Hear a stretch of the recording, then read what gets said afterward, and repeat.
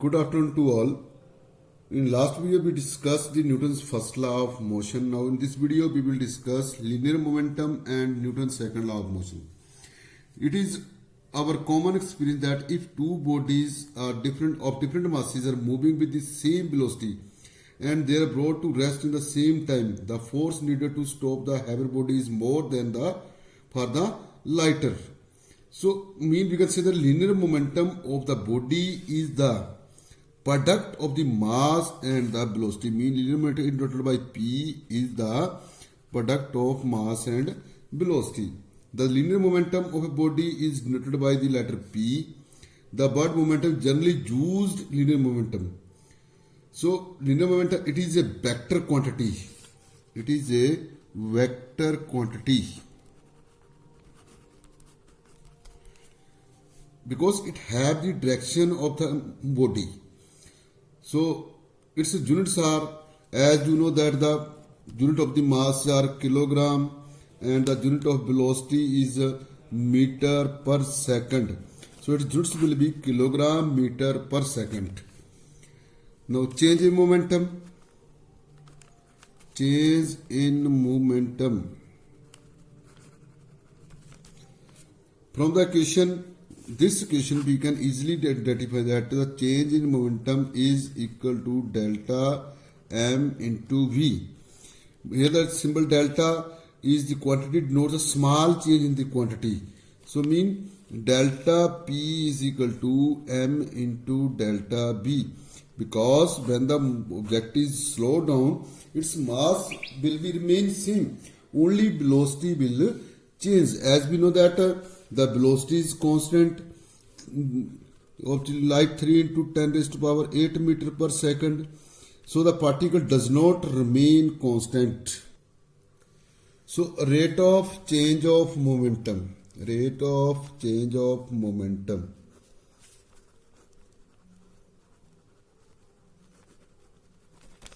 When a force is applied on a moving body, its velocity changes. Due to change in the velocity of the body, its movement is also changed.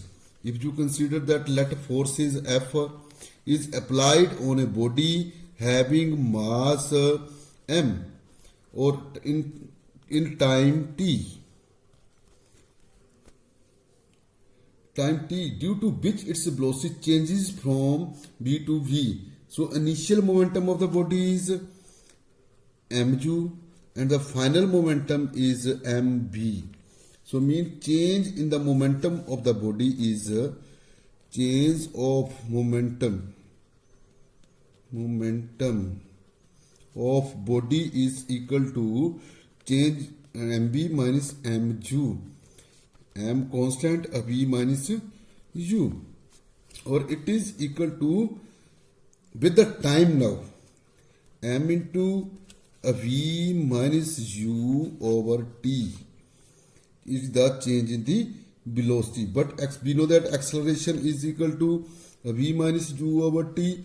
So in place of this one, you can put a, m into a. This is the rate of change of momentum is the product of the mass and the acceleration. So now Newton's second law of motion. Newton's second law of motion, important.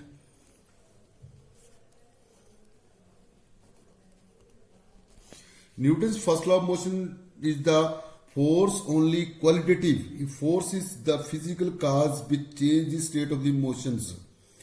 It mean the force produce acceleration in the body. The force is the cause of acceleration. Now we shall see the Newton's second law of motion with the quantitative value of the force. It relates force to the measurable quantity like acceleration and mass.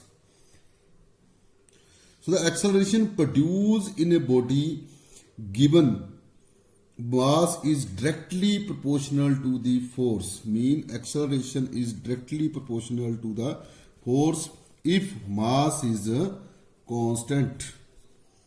Mass is constant. There is no change in the mass. So from the graph we can say that when the graph is drawn along y-axis we will took the force and along y-axis we will took the acceleration. So here the graph mass is constant. Then in this case, the force is directly proportional to the acceleration.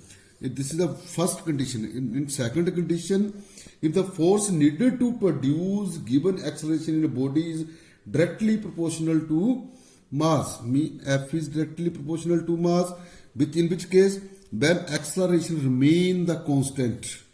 Acceleration remain constant. The graph will be opposite. On the y-axis the force is there, and on the long axis mass is there, and then